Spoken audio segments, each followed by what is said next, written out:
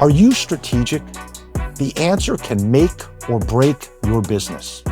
Welcome to Strategic Minds, the podcast where we'll do a deep dive into conversations with extraordinary leaders and world-class performers to learn how they think, plan, and act strategically.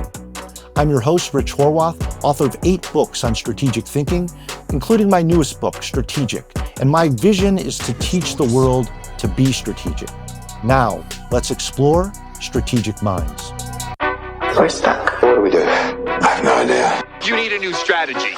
We need a more dynamic strategy. The strategy? You have to strategize. But you won't strategize. Let's talk a little strategy.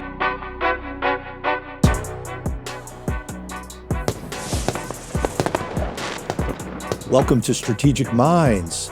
Today, I'm excited to chat with me.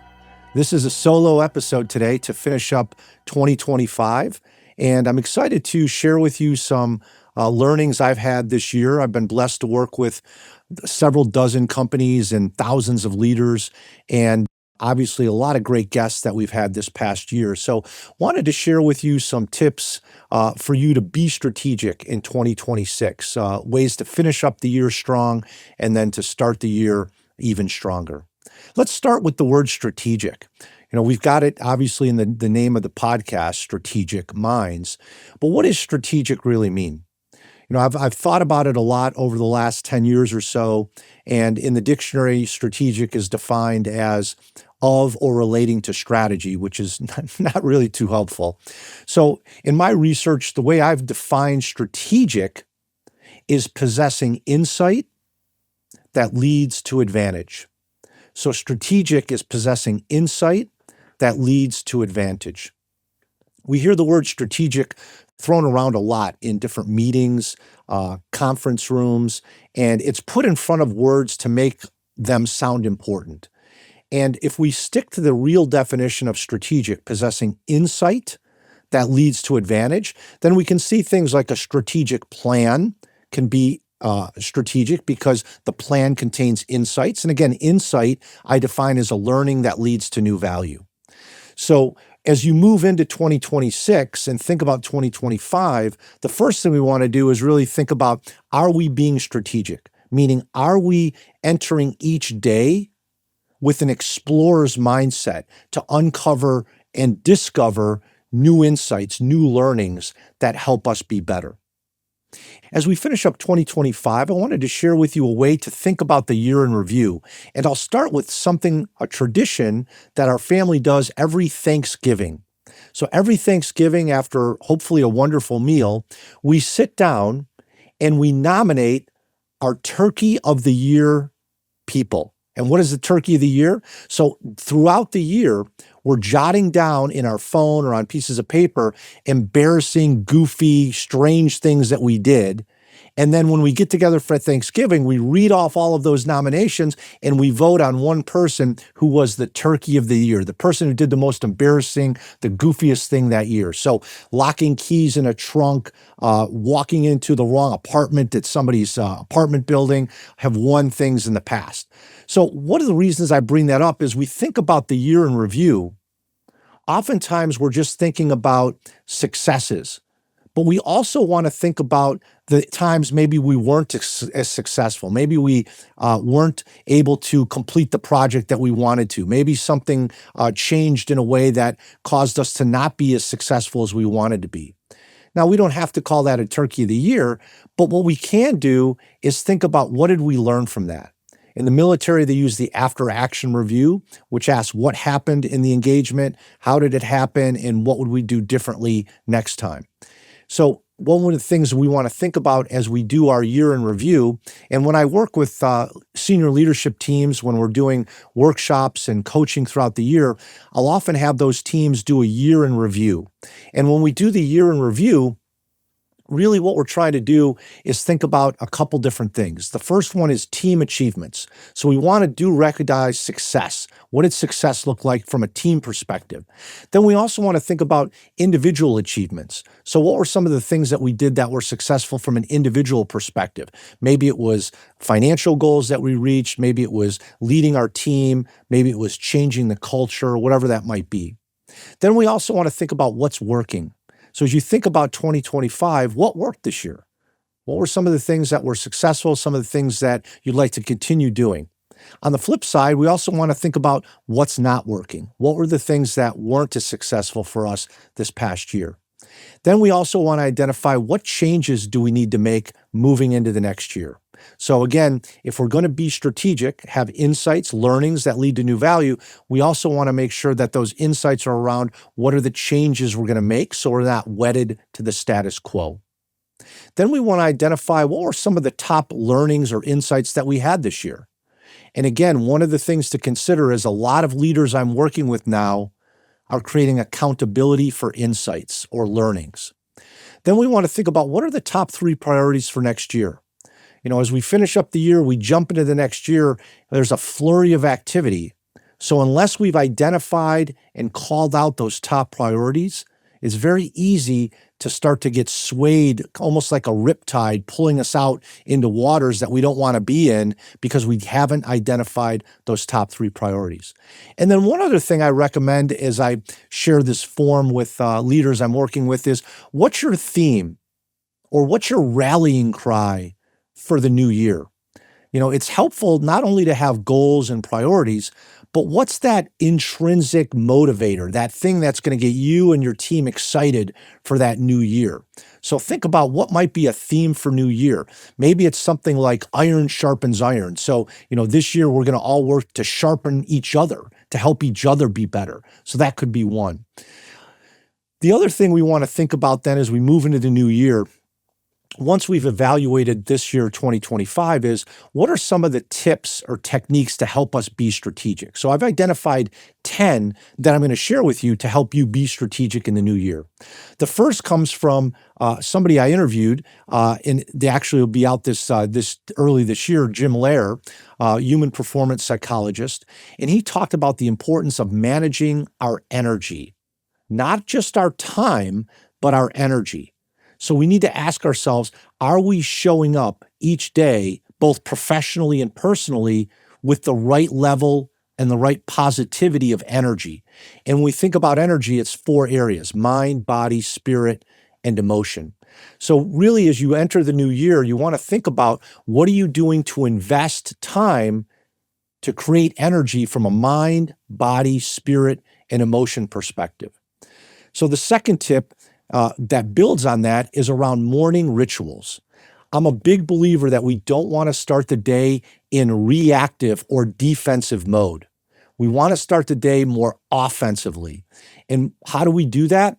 Well, it starts by not looking at the phone. And I know that might be a shock for a lot of people out there, but we don't want to look at the phone first thing when we get up. If we do, we're immediately in the swirl. So I recommend you create some morning rituals. Gratitude journaling is very popular these days, taking time to jot down what you're thankful for, both professionally and personally, as a way to ground yourself. A number of leaders I work with read scriptures, read the Bible to start the day, to center them. There's also opportunities to read other positive, energy-affirming types of books and articles to start with a positive mindset. Visualization.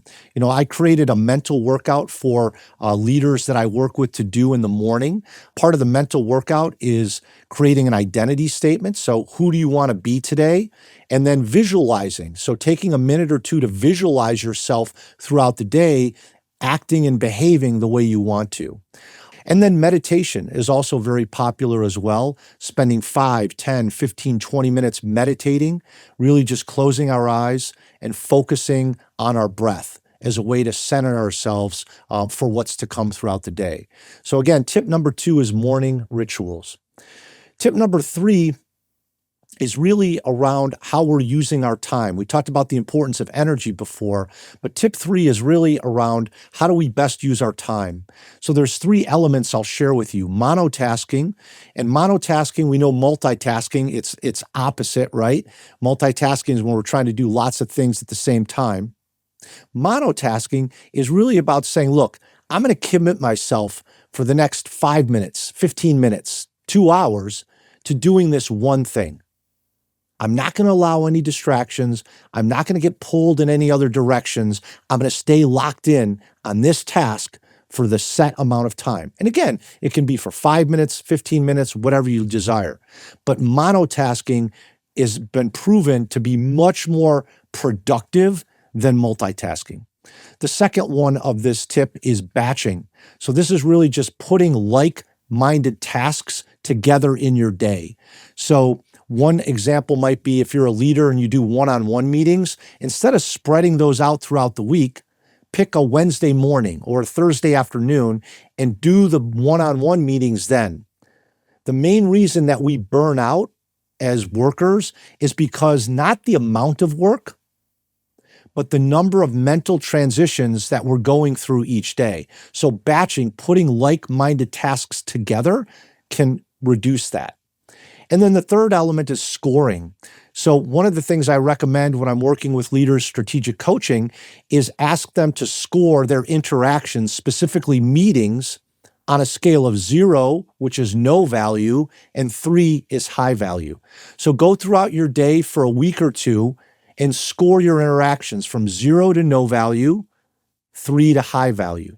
And at the end of that week or two, add those up and determine what interactions or meetings are not generating any value, and then eliminate or delete those from your calendar. Our fourth tip is around decision making. I'm a big believer that one of the things we have to do well is make decisions. And again, we think about the word decision comes from the Latin word decadere, which means to cut off. So if you've got trees on your property, you know that every few years you've got to cut off, you've got to prune some of the low branches, some of the dead branches. And the main reason we do that is to promote new growth within the tree. But in business, we often don't take that disciplined approach to making decisions. We're allowing ourselves and our people to spend a little bit of time, a little bit of energy and attention on stuff that really doesn't matter. So one of the ways to do this, especially at the beginning of the year, is to create a decision inventory. So inventory your top 10 decisions. What decisions are you making on a regular basis? And then ask yourself, how important are those? Low, medium, or high? And for the ones that are low and even medium, ask yourself, can I delegate those to other people I'm working with? We want to make sure that we're creating decision velocity, and we can only do that if we inventory our decisions and then determine who's making those decisions. So make sure that you and your team are crystal clear on who owns what decision. I want to take a quick moment to thank everyone who's been sharing the Strategic Minds podcast. Your support is what helps us grow and reach more leaders who want to think and act strategically. If you've been finding value in these conversations, I'd love for you to follow in their footsteps. Share the podcast with a few friends or colleagues in your network who you think would benefit from becoming more strategic in their work. Your word of mouth makes all the difference, and I truly appreciate it. Are you a high potential leader but feel like you're spread too thin, too many priorities, too many fire drills, and not enough time to think? Then how exactly are you going to prepare yourself to get promoted to the next level? Simple, you practice. The Strategic Fitness System is your place to practice the skills and gain the confidence to prepare to succeed at the next level. At the heart of the system are 50 workouts, each of which consists of a video, reading, tool to practice, and digital journal. And the beauty is, each workout only takes 10 to 20 minutes to complete. Research shows that nearly 30% of leaders fail in their first 18 months of a new leadership role. Are you willing to take that risk with your career? If you're ready to take control of your future and develop the skills and confidence to crush it at the next level, then subscribe to the Strategic Fitness System today and build your personal competitive advantage. For more information, visit strategyskills.com. After all, practice makes profit. Tip number 5 is around meetings. We spend a lot of time in meetings these days, and still the research shows about 80% of executives are not satisfied with the productivity and the efficiency of their meetings. So we do need to make sure that we're understanding what meetings are we going to, which are of value, and how can we improve them.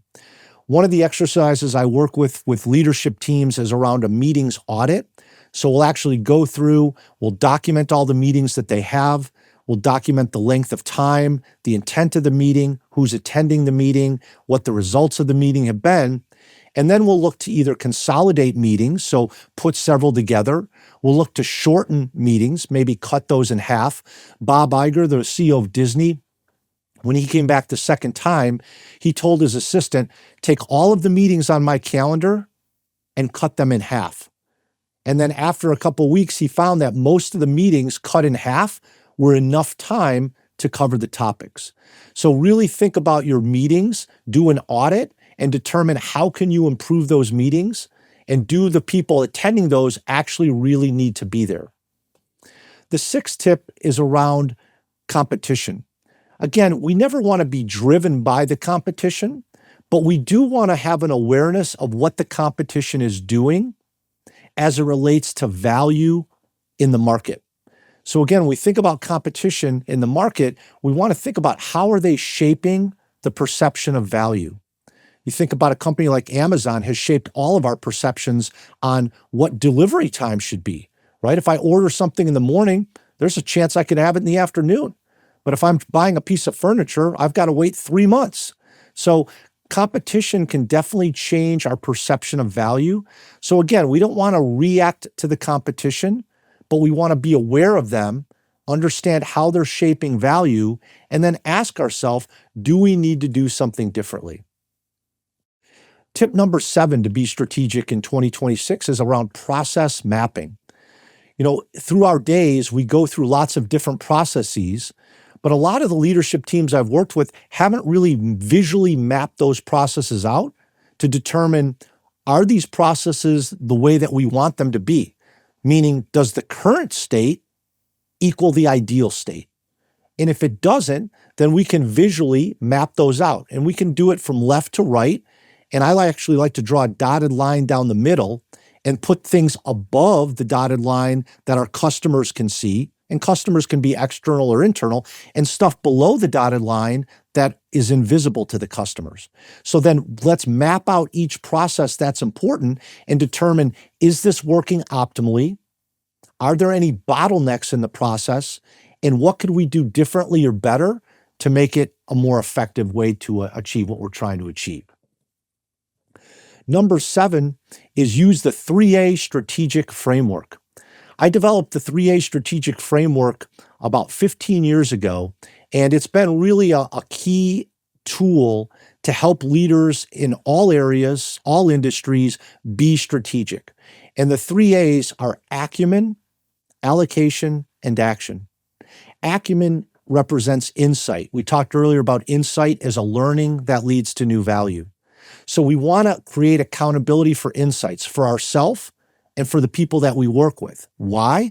So that our learnings, our discoveries are actually being harnessed and utilized by our entire business so that we're all getting better. So again, I'd encourage all of you to think about, where can you record your insights? And then how can you share those insights with the people that you work with on a regular basis, monthly, quarterly, so that we're gaining new value in what we're doing from a work perspective. Jensen Huang, the CEO of NVIDIA, which makes GPUs, been a very successful company over the last 20, 30 years. He said he asks people to send him emails with their ideas. And on Sunday nights with a glass of Highland Park Scotch, he sits down and goes through those ideas, thousands of ideas. And again, you don't have to use Highland Park Scotch. You can use wine or a margarita, whatever you want. But the point is, even somebody as busy as Jensen Huang, the CEO of NVIDIA, is taking time to look at insights. The second A then is allocation. Allocation's our ability to focus resources by making trade-offs.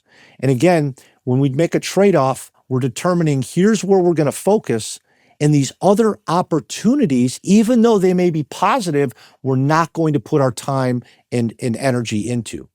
So we also want to think about, how are we reallocating resources?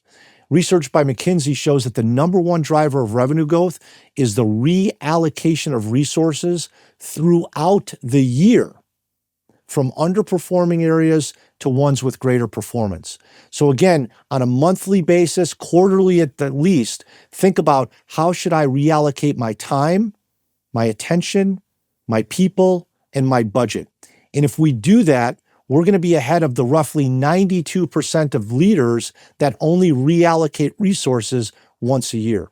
And then the third A of the strategic framework is action. Action's our ability to stay focused on what's important and not get distracted by things that are urgent. One of the exercises I do when I lead strategy workshops is the prioritization matrix. So if you visualize this, let's think about the vertical axis, the y-axis, as probability of achievement. And then the horizontal or x-axis is impact on your business. So if you think about all of the opportunities that you have and the priorities, and if you plot them, let's use a scale of 1 being low, 10 being high, and then 1 being low, 10 being high on impact. If you plot those based on what's the probability we'll achieve this opportunity, and then what's the impact on our business, that gives you a much more objective way to talk with your team about what should our priorities be. So again, think about using that prioritization matrix. And then tip 7 is really use that 3A strategic thinking framework. Tip 8 is around your plan. And again, when you think about your plan for 2026, I want you to think about 2 questions. Does your plan answer these 2 questions? Number 1, what are you trying to achieve? And number 2, how are you going to achieve it? So number 1, what are you trying to achieve? And number 2, how are you going to achieve it?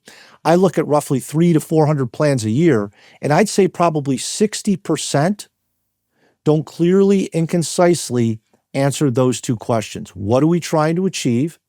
And how are we going to do it? So I created the GHOST framework dozens of years ago to help leaders consistently answer those 2 questions and to have a strong foundation for their plan. So goals and objectives answer the what question, what are we trying to achieve? Strategy and tactics answer the how question, how are we going to achieve it? So the goal is generally what we're trying to achieve. Let's say get to the top of the mountain. The objective is more specific. So climb 3,000 feet each day for 4 days till we get to that 12,000 foot summit. So the objective is going to be quantified with a time frame. Strategy then is how are we going to get to the top of the mountain? Our general approach to getting there. Can we go straight up? Do we need to zigzag? Do we need to go around the other side? And then tactics are the specific, tangible things that get us there. So in this case, do we need ropes, pickaxes, maybe a boat to go around the other side? So again, the GHOST framework, tip 8, is a great way to ensure you're answering those 2 key questions of your plan. What are you trying to achieve, and how are you going to do it? Tip 9 is around leadership.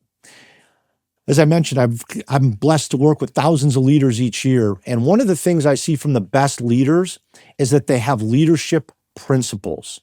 And what is a leadership principle? Well, let's start with the definition of what leadership is. Leadership can be defined as setting direction and serving others to achieve goals. So leadership is setting direction and serving others to achieve goals. So if we think about that, then what are your key principles? What are the things that are going to serve as that North Star or that lighthouse for you throughout the year so that you really believe you're leading to the best of your ability to set direction and serve others to achieve goals? So one leadership principle might be we're going to either agree or disagree in meetings, but then when we leave, we're all going to commit to the decision. So again, that could be a leadership principle. In meetings, we're all going to agree or disagree, but when we leave the meeting, we're all going to commit to the decision. So again, tip number 9 is establish your leadership principles. As I do strategic coaching, we go through a 2 or 3 page template to help people do that. But again, I just laid out some of the main pieces there that you can use. Also in my book, Strategic, The Skill to Set Direction, Create Advantage, and Achieve Goals, we have a whole section on leadership and developing principles, your leadership legacy, and so forth. And finally, tip 10 is really asking yourself, am I getting better? So am I getting better? And so tip 10 is really, how are you practicing? What does practice for you look like? Many of the leaders I've worked with grew up being athletes, playing different sports, baseball, basketball, football, soccer, maybe running track. And a lot of the folks I've worked with as well have been musicians or artists, playing the violin or the piano or the guitar.